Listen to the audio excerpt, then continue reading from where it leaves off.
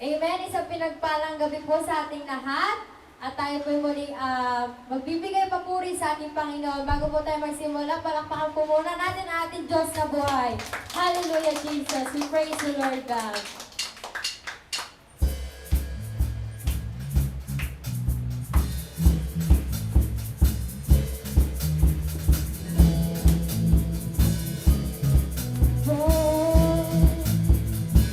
I'm trading my sorrow. I'm trading my sorrow. I'm trading my shame. Oh, I'm laying them down for the joy of the Lord. Oh, I'm trading my sickness.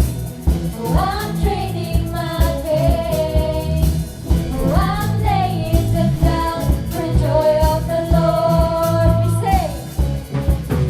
say yes, Lord, yes, Lord, yes, yes, Lord.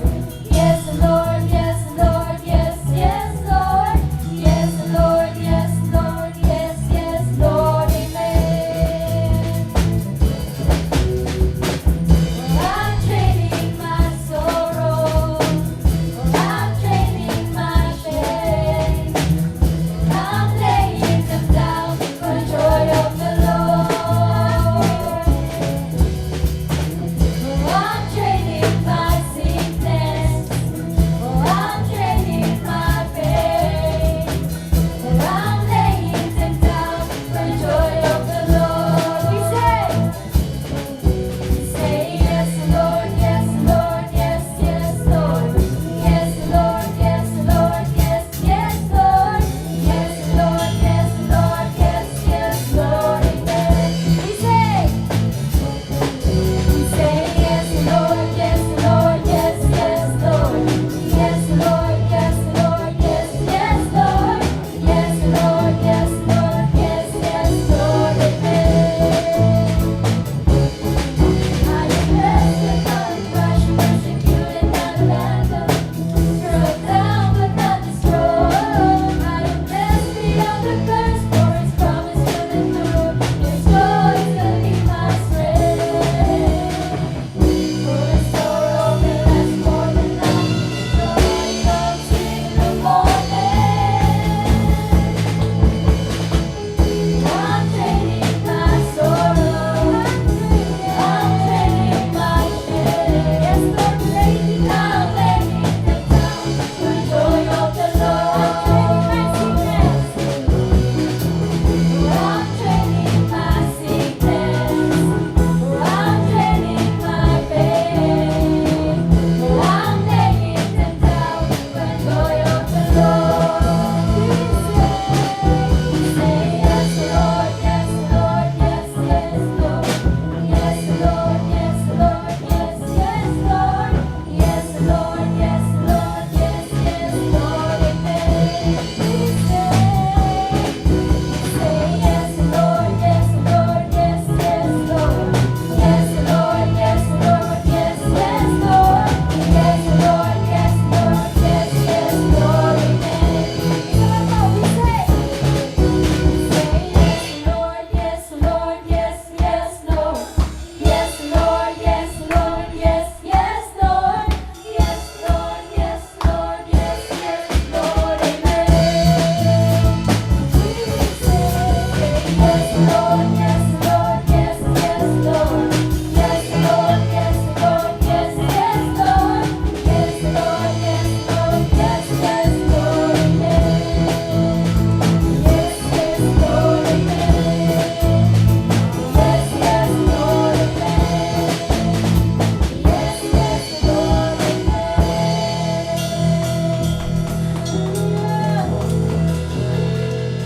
Yes, Lord Jesus. Thank you, Lord God. Hallelujah. For every pain, sickness, Panginoon, and shame, Panginoon, Lord God, we lay it down before you, Lord God. Hallelujah, Jesus. For we believe in you. Hallelujah. Hallelujah, Jesus.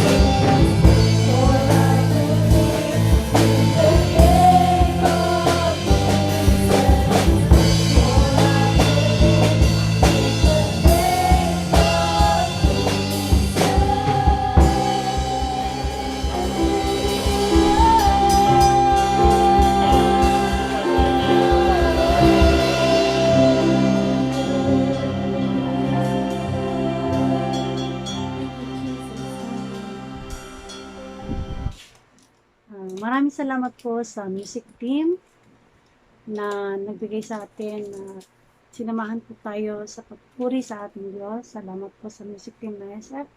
At sa gabi pong ito, patuloy po tayong mag-aaral ng kanyang salita. Hayaan po natin na mangusap ang Diyos sa ating pong pag-aaralan. At bago po tayo mag-umpisa, hinihiling ko po na tayo po ay manalangin. Panginoon, maraming salamat o Diyos sa gabi pong ito. Salamat Panginoon sa buhay na patuloy mong pinagkakaloob sa bawat isa. Ama, patuloy namin dinadalangin na kayo nga po ang patuloy na manguna at mangusap sa aming kalagitnaan. As we study your word, Lord, let your Holy Spirit intervene, O God. Hayaan mo na pumasok at buksan ang aming po mga spiritual eyes, ears, and mind sa pakikinig ng iyong salita. At ayan mo, Panginoon, na ikaw pong maparangalan, itago niyo po ko sa kaniningan ng iyong pagkadiyos, at tapawang salita mo lamang at kalooban niyo lamang po ang aking pong mabanggit. Salamat o Diyos, at sa pagkakataong ito, binabalik ko ang papuri at pasasalamat sa pangalan ni Jesus. Amen. Sa pagpapatuloy po ng ating pag-aaral, nung last time po na ako'y nagsalita, po na yung ating pong team na question to answers, no? On how to be a new normal Christians. Okay? Dito na po tayo sa part 2. Ngayon, dadalhin po tayo ng salita ng Panginoon sa isang katanungan. Sabi nga po itong tanong na dapat natin sagutin. What is in your hand? So, tanungin mo ngayon sa katabi mo. Ano ba ang meron ka sa iyong mga kamay? Amen? Ito po yung pag-aaralan po natin sa aklat ng Exodus, chapter 4, verse 1 to 5. Basahin po natin sa ESV version. No? Ang sabi ng verse 1, Then Moses answered, But behold, they will not believe me or listen to my voice, for they will say, The Lord did not appear to you. The Lord said to him, What is that in your hands? He said, A staff. Verse 3, and he said, Throw it on the ground. So he threw it on the ground, and it became a serpent, and Moses ran from it. In verse 4, But the Lord said to Moses, Put out your hand and catch it by the tail. So he put out his hand and caught it, and it became a staff in his hand. In verse 5, that they may believe that the Lord, the God of their fathers, and the God of Abraham, the God of Isaac, and the God of Jacob, has appeared to you. Pinagpala ng Diyos sa kanyang salita sa gabi pong ito. Mga kapatid, ito pong context nito, umiikot po ito sa pagkakatawag po ng ating Panginoon kay Moises, no? Ang nais ng Panginoon na siya po ay gamitin to be the deliverer of Israel, yung kanyang bayan. Alam natin ang kwento na he is naging fugitive po siya. No? Kung babasahin po natin ito sa chapter 2 ng Exodus hanggang chapter 15. Dito po, namuhay po si Moises na siya po ay nakipisan doon sa kanyang biyanan, nakapag-asawa po siya. At siya po ay, masasabi po natin, na during that time, siya po ay nangangalaga po ng mga tupa. Alam po ninyo, nung dumating po yung pagkakatawag kay Moises ng ating Panginoon, marami rin pong naging excuses si Moises, no? Mababasa po natin ito sa chapter 3 or chapter 4, no? Mababasa din po natin ito. Sabi nga po, Moses gives every excuse he can think of to get out of what the Lord has for him to do.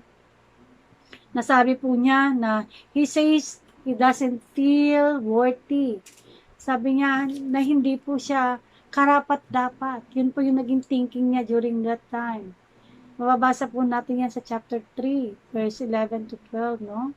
And second, he even says that he doesn't even know God's name. Diba, nung nag-appear ang Diyos sa kanya, doon sa nasusunog na puno, no? Nagpakilala pa sa kanyang Panginoon. Sinabi din niya, nandun pa rin yung excuses niya na na maraming mga tao hindi po maniniwala sa kanya, na hindi daw po siya magaling manalita, kaya hindi daw po siya paniniwalaan. Sabi niya, Lord, send na lang ng iba. Lahat ng mga excuses na ito, pero sabi nga po, sa lahat ng mga excuses ni Moses goes to do what the Lord has told him to do. Finally, no? In chapter 4, verse 18 to 31. No? Alam po ninyo, nung dumating po yung pagkakatawag kay Moises para maging deliverer, parang naging isa din po siyang nagkaroon po siya ng doubt sa kanyang sarili. Pero sabi nga po, Moses, however, kahit anong takot niya na hindi siya paniwalaan ng tao, so binigyan pa rin po siya ng sign ng ating Panginoon, no? Yung sign ng power of God. At doon nga po tinanong siya na, Moises, sabi nga, God asked him this question, what is in your hand? Diba, sinagot ni Moises, ito pong tungkod o I stop, no? Alam po niyo, nung nandun na po yung pag-doubt pa rin ni Moises. Pero binigyan siya, dinemonstrate ni Lord yung kanyang power at inassure ni Lord na siya po ay sasamahan niya. Diba? Yung tungkod ni Moises na hawak niya during that time, yun lamang po yung kanyang masasabing kanya. Di po ba? Maging yung kanyang mga tupang inaalagaan, hindi po kanya. Nakikialaga lang din po siya sa kanyang biyanan na si Jethro. So, siya lang po yung pinagkatiwala ang mag-alaga ng tupa. So bilang masasabi mo na pag nakita mo si Moises may dalang tungkod, para siya ay normal lang na nag-aalaga ng tupa. Pero alam po ninyo, sabi nga, para kay Moises, itong staff na ito, panggamit lang po ito para sa mga to beat yung mga stubborn sheep. Pero alam po ninyo, sa paningin ng Diyos, di ba? It was the instrument, ginamit ng Diyos, yung instrument by which miracles will be performed. Amen. Sabi nga, kung kay Moises, para lang yan, ordinaryong rod. Totoo naman po, ordinaryong rod lang kung titingnan mo.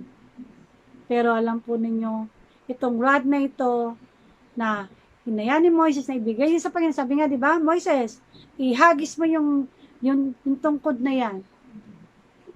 Pero during that time, kung hindi pinakawalan yan ni Moises, hindi siya naniwala sa Panginoon, hindi niya makikita yung wonders, yung miracles na nais na i-display ng Lord through that stuff. No? Sabi nga, to Moses, it was just a rod, but to God, it was an instrument for miracles. Sabi nga po, the staff by the power of God became the staff of God. Sa atin din pong kapanahunan ngayon, maaaring kung ano man po yung ating tangan, mananatiling walang kabuluhan kapag hindi natin po ibigay sa Panginoon, katulad po ng Moises. Nung kanya pong pinanampalatayanan ng Panginoon, sabi nga niya, hinagis niya, sumunod siya, nandun yung obedience. Amen? Nandun po yung pagsunod ni Moises at yung staff na yan na i-display yung kapangyarihan ng Diyos. Ginamit, no? Reminded, ginamit lang na instrumento yung staff. Pero dahil yung staff na yun, kinalaki pa ng pananampalataya kay Moises. During that time, yun lang po yung kanyang hawak. At ito po ay ginamit para mahati yung dagat sa Red Sea, nag-perform ng the 10 plagues brings water out of the rock. Lahat po yan, ginamit lang na instrumento. Yung staff na meron si Moises. Amen. Sabi nga po, itong staff na yon, it was used to defend the flock. Yung shepherd, kapag inaatake yung mga sheep niya, yun po yung pinanggagamit lang. At sabi nga po, during that time, si Moises po nakadepende dun sa rod everyday ng buhay niya. Pero once, give up niya ito sa Panginoon, yun na po yung naging simula nagkaroon po ng, sabi nga po, God had a work that needed to be done and needed a worker to speak for Him, both to Pharaoh and to the Israelites. Sabi nga po, si Moises, hindi niya hinanap yung trabaho na yun. Hinanap siya ng Panginoon. Amen. He didn't even think he was qualified nga for the task. Mga kapatid, marami tayong mga Kristyano na hindi po nagiging fruitful dahil nandun pa rin yung kanila pong hindi pagtitiwala. Ano man yung hawak nila, hindi na ibibigay sa Panginoon. Alam po ninyo, take note of this, God works with what is in our hands. Naniniwala po ba tayo doon? Nagagawa ang Panginoon kung ano ang meron tayo sa ating mga kamay. Minsan, maraming beses sa ating buhay, madalas po tayo naghahanap outside ourselves to help us to do something. No? Na hindi natin pinagtitiwalaan yung ability natin na ibinigay ng Diyos, na pinagkatiwala niyo po sa atin. Di po ba? Alam po niyo, maraming point sa buhay po ng isang tao na nandun na po, pinapakita na po ng Diyos kung ano po yung kung paano po magagamit, no? Available to Him for His use to get, kung ano po yung dapat na mangyari. Kung ano po yung nasa ating mga kamay. Amen? Kung paano sinabi po niya sa 2 Peter 1, verse 3, sabi nga po, by His divine power, God has given us everything we need for living a godly life. No? We have received all this by coming to know Him, the one who called us to Himself by means of His marvelous glory and excellence. Ito po yung pangako ng Panginoon. By His divine power na ibinigay niya po sa atin, yung everything we need, para po mamuhay tayo to a godly life. Kung ano yung meron tayo, mamuhay pa rin tayo ng kalugod sa ating Panginoon. Sabi nga po, because by His power, He has given us everything necessary for life. Naniniwala po ba tayo na ang Diyos binigyan na po na tayo ng mga necessary thing para po tayo ay mabuhay in righteousness? Ano lang po yung dapat natin gawin? Kung ano man po yung meron tayo ngayon, let go and let God. Amen? Sabi nga po, all we need to do is not to despise what you have now. Huwag natin ikahiya kung ano yung meron tayo na ibinigay ng Diyos sa atin. Number 1, do not despise kung ano yung meron tayo for what we have in our hands right now. Amen? Instead, be grateful for it. Maging mapagpasalamat tayo kung ano yung meron tayo na ibinigay ng Diyos. Sabi nga, i-nurture daw natin with all our heart and speak the word of God into it. Speak the word of God into it. Kung ano yung meron ka, speak the word into it and watch God use it to increase you. Remember po, naalala po natin na nung nagpakain si Jesus ng 5,000, amen? During that time, sabi nga, nagugutom ang mga tao. Sabi ng Lord, ano yung meron tayo during that time? Ang sabi ng mga alagad, meron po ditong may dala. Di po ba? Isda at tinapay. Ilang pirasong isda at tinapay. Pero ano ang sabi ng Lord? Dalhin mo.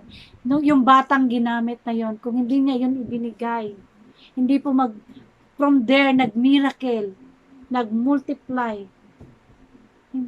Kaya nga sabi nga po, do not despise what you have now. Ano ang meron ka ngayon, kapatid? Yung talent mo, yung treasure na nasa iyo, Hayaan po natin na dahil sa tayo po ay grateful sa Diyos, use it for the glory of God. Si Moises po during that time, ang meron lang po siya yung staff. Sabi ko nga po kanina, di ba? Yun doon lang po nakadepende si Moises doon sa staff na yun. Para yung dinidependehan ni Moises, ibinigay niya sa Panginoon. At yun po, nagsimula po yung miraculous thing na nangyari. Ang dami pong mga miracles na ginamit yung instrumento na yan para ipakita ng Diyos o i-display ng Diyos yung kanyang kapangyarihan. Naniniwala po ba tayo? Kung gaano man kaliit yung hawak mo sa iyong mga kamay, kayang i-multiply ng Panginoon yan at ma-display ng Diyos yung kanyang kapangyarihan. Katulad po nangyari kay Moses. Sabi nga, ang nais ng Panginoon, huwag natin ikahiya, do not despise for what you have right now. Lord, sabihin natin, Lord, ito lang po yung meron ako. Lord, ito lamang po hindi ako magagamit sa church kasi hindi maganda yung boses ko. Maraming bagay na pwede tayong paggamitan ng Panginoon. Kung ano yung meron tayong hawak. Sabi nga po, sa buhay po natin, marami tayong mga desires, aspirations, maging yung mga dreams natin. Marami po. Sometimes, it causes us to despise what we currently have. Dahil nga po kuminsan, nakatingin po tayo doon sa mga desires natin, yung aspirations natin. Ngayon, minsan ito po yung nagiging cause kung bakit ikinakahiya natin kung ano yung currently, yung ngayon na meron ka. Minsan sa ating mga trabaho, inaayawan natin yung trabaho natin. Lord, ganito lang po ako eh. Diba? Yung bahay namin, tignan nyo nga po, bulok. Kinakahiya mo kung anong meron ka. Yung mga damit ko, Lord, hindi po mga branded, okay nga lang to.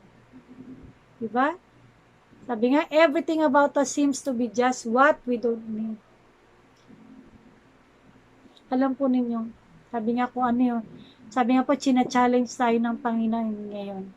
Sabi nga, but God challenged you to see that God will use what you currently have to get you to where He needs you to be. Naniniwala ka po ba doon? God's challenge us para makita po natin na kung ano yung meron tayo ngayon, currently have, sa ating mga kamay, pwedeng gamitin ng Diyos. At pwede kang dalhin ng Diyos kung saan Kanya tinatawag. Di po ba? Sabi nga po, challenge natin yung ating mga sarili. Lord, ito yung meron ako. And gagamitin ko po for the glory of your name. Alam po niyo mga kapatid, nothing happens by chance. Naniniwala po ba tayo sa mga, lalo na po sa ating mga Kristiyano, you are not in that current situation by chance. It's all part of the plan and supposed to work together for your good. Di po ba? Sabi nga po, but that can only happen if you stop despising and complaining about what you have. Sabi nga po, stop despising and stop complaining about what you have. During do sa ating pong teksto, marami rin pong naging rason si Moises. Marami po rin siya naging agam-agam. Dahil ako'y naniniwala kaya ganun po si Moises, nagkaroon po siya talaga ng, di ba kung naalala po natin na dati siyang prinsipe, di ba? Dati siya pong anak ng Paraon, na naging fugitive siya. So, kung ano lang yung meron siya, di ba? Nandun po sa staff na yun, yung sa kamay ni Moises, yung kanyang personality. Dahil na yun na po yung kanya pong kasama araw-araw. Di po ba? Ganun din po minsan tayo. Dahil sa hindi pa natin na nakakalimutan yung ating mga nakaraang failures, maaari po kung ano po yung merong hawak tayo ngayon. Ano po ba yung hawak mo ngayon? Positive po ba yan? O negative na hawak mo ngayon? Minsan kaya hindi po tayo magamit ng Panginoon. Kasi po, nandun pa rin po yung kung ano yung meron tayong hawak, hindi pa rin po natin mai-release, hindi po natin maibigay sa Panginoon. Hindi natin kayang pakawalan sa Diyos. Sabi nga po, do not despise and stop complaining about what you have. Isuko natin sa Panginoon para tayo ay makalaya at magamit ng ating Panginoon for the glory of His name. Sabi nga po, start seeing what God wants to do through it. Kung ano po yung hawak natin, kailangan po maging nandun po yung ating pong we must look po the way God sees things, kung ano yung meron tayo. Kilala ka ng Diyos, kapatid. At siya po yung nagbigay ng lahat sa atin. Kung tayo ay naniniwala na ang lahat ay bigay ng Panginoon, naging mapagpasalamat po tayo. At sabi nga po, na gamitin po natin for the glory of God. Maliban yung ating isip na mag-i-start po tayo seeing God wants to do through kung ano po yung hawak mo sa iyong mga kamay ngayon. Kapatid, sa pagkakataon, ano ba yung tangan mo ngayon? Si Moises, tangan niya ng time na yan, staff. Ikaw, ano yung tangan mo ngayon? Ako naniniwala, mga kapatid. At sabi nga ng salita ng Panginoon sa 2 Corinthians 4:7, sabi po, but we have these treasures in jars of clay to show that this also passing power is from God and not from us. Kung tayo naniniwala kung ano yung meron nga tayo, ito po ay galing sa Panginoon. At ang lahat ng mga bagay na ito ay kayang-kayang gawin ng Diyos through His power. At hindi po galing sa atin. Kaya kapatid ko, ikaw po ay tinatawag ng Panginoon na gamitin mo kung ano yung meron ka, kung anong meron kang talento. Kung gagamitin ka, kung ano man yung tinapos mo sa iyong trabaho, magagamit ka, kapatid, ano man ang kalagayan mo. Hindi po tinitingnan ng Diyos yung ating capacity na kung tayo ay may pinag-aralan, yung educated ka man, o hindi ka man nakapagtapos ng pag-aaral. Remind you, mga kapatid, karamihan sa mga disciples po, hindi po nakapagtapos o hindi nakapag-aral. Ilan lang po sa kanilang nakapag-aral. Si Paul, si Luke, karamihan sa kanila po mangingisda, tax collector. Di po ba? Sabi nga po sa 1 Corinthians chapter 1 verse 27, but God has chosen the foolish things of the world to put to shame the wise. And God has chosen the weak thing for the world to put to shame the things which are mighty. Mga kapatid, hindi po tayo ang gagawa. Ang Diyos ang gagawa para sa atin. At magsisimula yan kung ano yung meron ka ngayon. Amen? What is in your hands right now? Sabi nga po, hindi kailangan ng Panginoon ng intelligence, ang kailangan niya pagsunod. Di po ba? Hindi kailangan ng Diyos yung beauty. Ang kailangan niya, holiness. Hindi tumitingin ng Diyos sa panlabas na kanihan. Tumitingin ng Panginoon sa puso, kung nandoon yung willingness, kung ano yung meron tayo, kaya natin ibigay at pakawalan para magamit ng Diyos sa kanyang ikaluluwalhati. Diba? Sabi nga po ang tanong, on how do we turn what we have now into what we need it to be?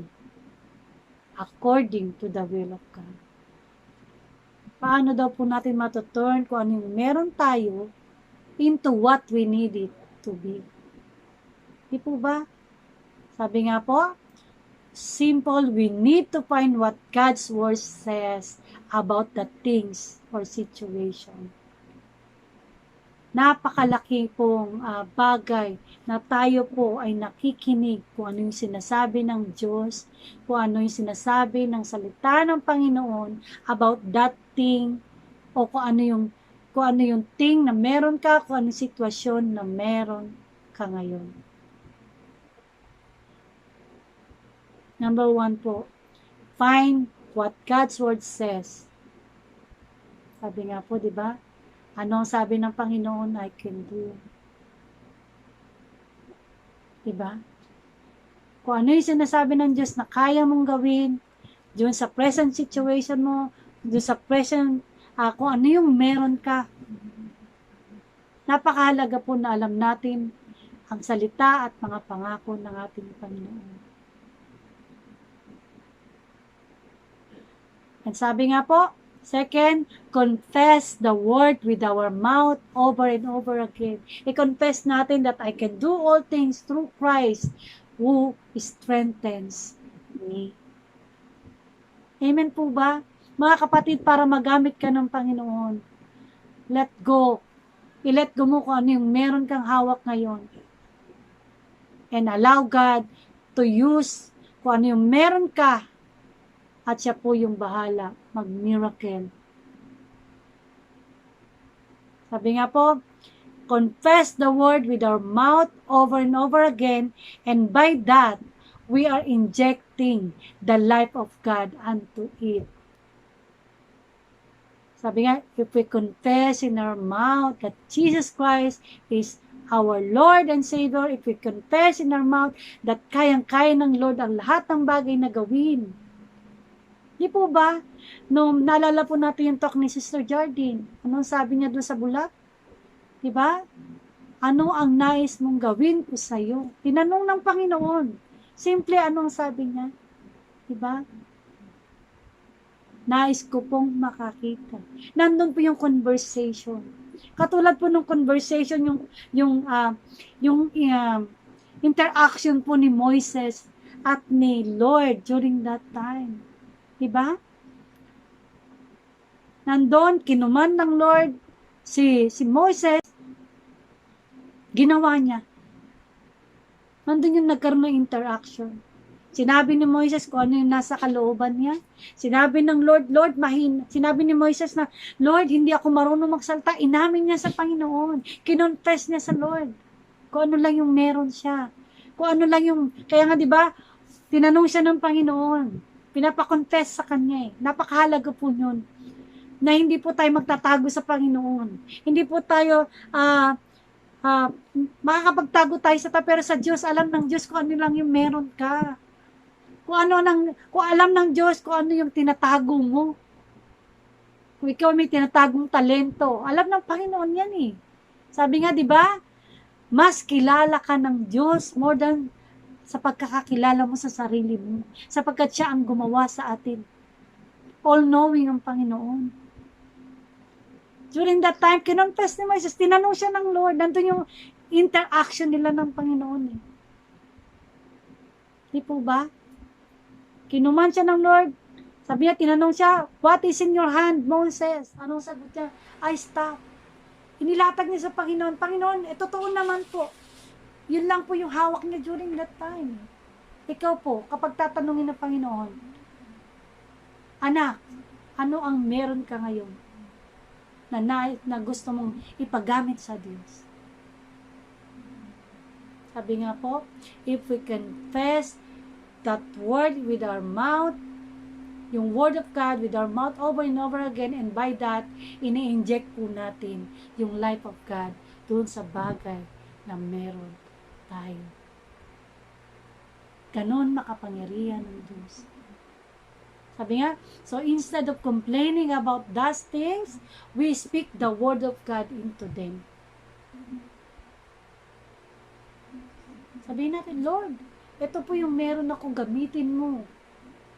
Di po ba? Instead na mag-complain tayo, Lord, bakit sila meron, bakit ako ganito? Lord, bakit sila binigyan mo ng ganyan, ako hindi? No. Stop complaining, mga kapatid. Kung ano ang meron ka, alam ng Diyos. At kayang-kaya niyang i-multiply yan. Ano ang dapat natin gawin? Maging mapagpasalamat tayo instead na mapagreklamo tayo. Sumunod tayo imbis na sumuway sa Diyos. Huwag natin itago kung ano yung meron tayo sa ating mga kamay. Use it for the glory of God. Diba? Madalas natin inaawit. Totoo ba yun? Lord, I offer my life to you. Use it for your glory. Paano sasabihin ng Lord sa'yo? Kapatid o anak, pumunta ka doon. Gagamitin kita. Anong sasabihin mo? Lord, ito lang ang meron ako, hindi ko kaya yan. Nagre-reklamo na agad tayo. Paano po tayo magagamit ng Panginoon? So, instead of complaining about sa mga bagay na meron tayo, speak the word of God unto them. Amen po ba? Sabi nga po, get the word of God in your mouth and in your heart, and watch as God uses the little to create much. Ito lang po ang susi. Get the word of God. Kung ano yung meron tayo, kung ano yung sinasabi ng word of God na meron tayo. At sabihin ng ating mga labi, paniwalaan ng ating puso. Ito po ba? At i-watch natin kung ano yung gagawin ng Diyos sa buhay natin. Naniniwala po ba tayo? God is able, abundantly and exceedingly, kung ano yung meron tayo, kayang-kaya ng Lord na pagpalain, i-prosper.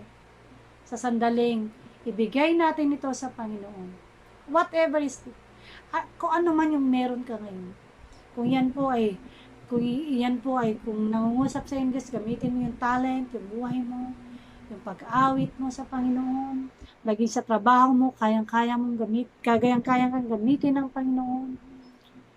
Huwag pong hayaan natin na maging unfruitful Christian po tayo because naniniwala tayo sa sinasabi ng diablo that we are not qualified.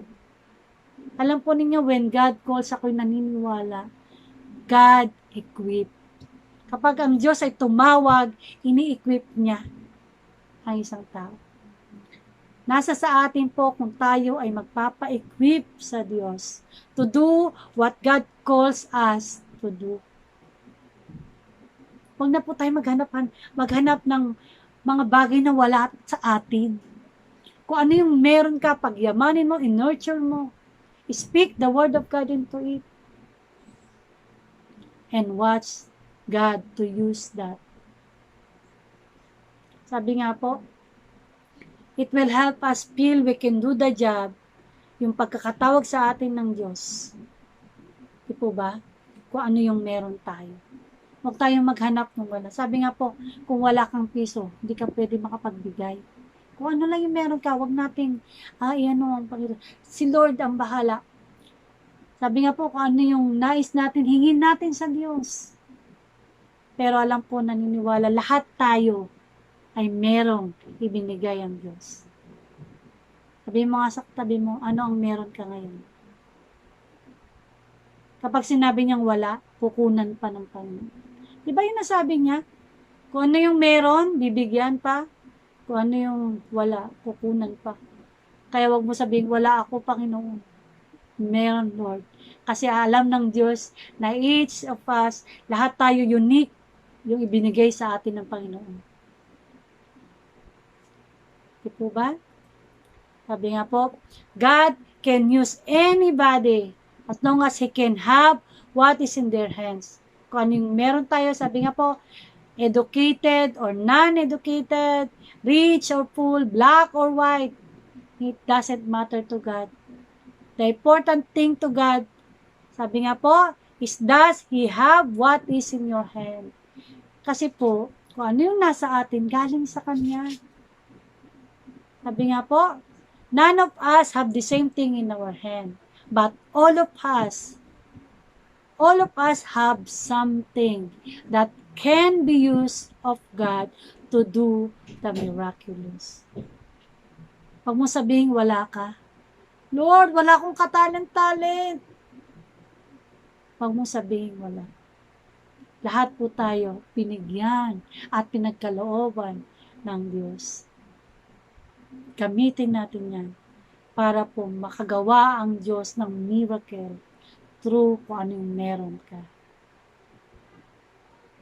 Alam po niyo yung interaction between Moses and God is Christianity in its most basic form. Sa Christianity po, napakahalaga po ng interaction between God and man. Diba? Doon po sa ating teksto, mababasa po natin, God makes inquiry of Moses, and Moses answers God's inquiry. Di po ba tinanong, inquire ni Lord? Hindi naman ibig sabihin na hindi alam ng Panginoon. Ang nais lang ng Diyos, i-contest ni Moses kung ano yung meron siya. And Moses answers that inquiry ng Panginoon. God gives Moses a simple command and Moses simply obeys God's command. Ito po yung principle. Kapag tayo kinocommand ng Lord, we must obey para po magamit tayo ng Panginoon. Sabi nga po, God transforms the ordinary thing into the miraculous. Sabi nga po, God gives back what is given to us with dividends. We cannot mock God, mga kapatid. Kapag binigyan natin siya ng 100, bibigyan niya tayo ng 200. Hindi natin give ang Panginoon. Kaya wag tayong matakot na ibigay sa Kanya kung ano yung meron tayo ngayon. Sapagkat kaya-kaya ng Lord i-multiply yun. Lord, ito na lang po, magta-tithes pa po ba ako? Ito na lang po yung meron kami. Kapatid, hindi po tayo pagkukulangin ng Diyos. Kapag tayo ginagawa po natin, yung naayon sa kalooban ng Panginoon.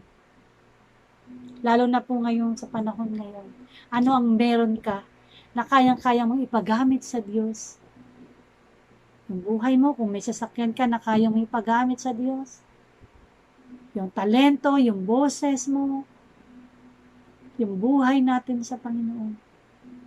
Use it for the glory of God. Ganun po yung nangyari kay Moses. Kung sandali yon, kung iisipin natin kung hindi nagpagamit si Moses, maaaring may gagamitin ng Diyos. Pero, sumunod si Moises.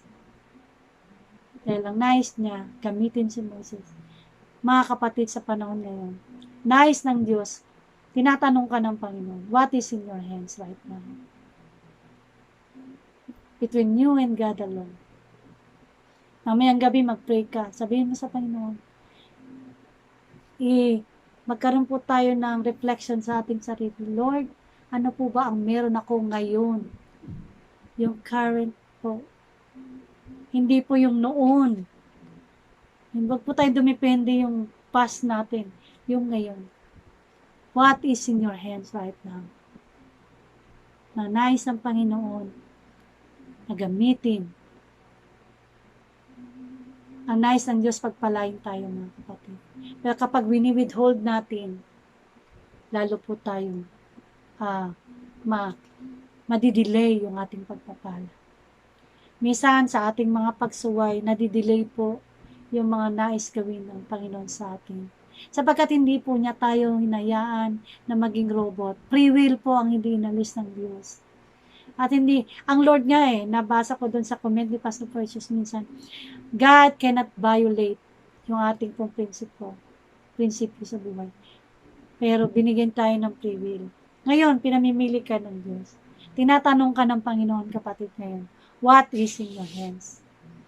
Yan po ba ay walis? Yan po ba ay pampintura or whatever? Sabi nga, alam po ninyo, we will never realize the full potential of what we hold in our hands until or unless we are willing to let go of it and give it to God. Hindi po natin marirealize kung gaano yung potential mo, kapatid, hanggat hindi mo ipapagamit sa Panginoon. We must be willing to let go and give it to God. Sabi nga po, give it to God and watch God work wonders with it. Panghawakan po natin yan. Kasi mandaling ibigay mo sa Panginoon yan, ano man yung tangan-tangan mo, give it to God, mga kapatid. Alam po ninyo, mga kapatid, marami sa atin ngayon, maraming hawak, maraming pera, maraming sasakyan, magagandang bahay. Pero alam nyo, one day, kapag tayo humarap sa Diyos, empty-handed, wala tayong dala-dala. Kaya habang nandito po tayo sa mundo, isure na natin na ang lahat, kung ano yung meron tayo ngayon, ay magamit para sa kalwalhatian ng Diyos. Lahat ng bagay mawawala. Sabi ng Biblia. Kaya nga lahat ng meron tayo, i-ano po natin sa Panginoon yan. Sabi nga po kanina, di ba? Isamahan po natin ng Word of God. Kung ano yung sinasabi ng Word of God, kung ano yung meron tayo. At I do believe, mga kapatid, gagamitin ng Diyos yan. Kaya huwag tayong pabadadaya. Sabi nga po, huwag tayong mag-impok lang ng kayamanan dito sa mundo. Maraming manirang tanga. Mag-impok tayo ng kayamanan sa langit. Ngayon pa lang, tayo ay magpagamit sa Panginoon. Huwag natin hayaan na madelay na madelay. Hindi na natin alam kung kailan darating ang Diyos. Huwag natin sayangin ang buhay. Huwag natin sayangin yung opportunity. Tinatanong tayo ng Panginoon. Tinatanong ka ng Diyos ngayon, mga kapatid. Personally, what is in your hands na gusto mong ipagamit sa Diyos? Sabi nga po, isang araw haharap tayo sa Panginoon. Ano yung ating masasabi?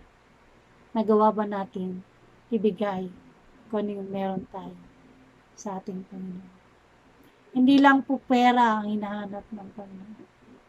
Hindi lang po kayamanan. Our all in all. Our heart, our mind, our buong pagkatao. Kasama na po sa aspetong yan kung ano yung meron tayo sa ating Panginoon. Hindi lang po pera ang hinahanap ng Panginoon. Hindi lang po kayamanan. Our all in all. Our heart, our mind, our buong pagkatao. Kasama na po sa aspetong yan kung ano yung meron tayo. Nagre-reflect po sa buhay natin kung ano yung meron tayo, kung paano natin gagamitin for the glory of God. Purihin po ang Diyos. Mga kapatid, tinatanong ka ngayon ng Diyos, ano ang meron ka ngayon na hindi mo kayang ibigay sa Diyos? Kapatid, ibigay mo sa Panginoon. Ako'y naniniwala. Hindi po tayo mababayan at i-display ng Lord ang kanyang kapangyarihan through that bagay na hawak-hawak mo ngayon. Tayo po ay manalangin. Panginoon, maraming salamat, Lord, sa kabutihan mo. Salamat, Lord God, sa pagpapaalala mo sa amin na kung ano yung meron kami, O Diyos, ay galing sa iyo. At binigyan niyo po kami ng opportunity na ang buhay nito ay gamitin para po na maging channel of miracles, maging channel of blessing. Lord, makes our life to be a channel of blessing at a vessel, O God, ng iyong kapangyarihan. Let your word, Panginoon, mangusap ka sa bawat puso ng bawat isa. Hayaan mo, Diyos, na ang iyong mga salita ay patuloy na magmanifesto sa buhay po namin. Na hindi po kami matakot na bitawan yung mga bagay na tinatanong mo sa amin kung ano yung meron kami ngayon. Ang nais mo, O Lord, ay maging kagamit-gamit po kami sa iyo sa ikadadakila ng iyong pangalan. Lord, we offer our lives to you, God. Whatever we have right now, use it for your glory, for the glory of your name, and for the advancement of your kingdom. Maraming salamat, Panginoon, and we give all back the glory and praises to you alone, in the mighty name and the blood of Jesus. Amen and amen. Isang magandang gabi po. Patuloy po tayong makinig at mag-aral, matuto ng kanyang salita. Sa gabi-gabi po, every 8 o'clock p.m., magsama-sama po tayong mag-aral ng kanyang salita. At pinabati ko po kayong lahat. Salamat po sa inyong pakikinig. Ito po si Pastor Remy Payas from JBC Cavite. God bless us all.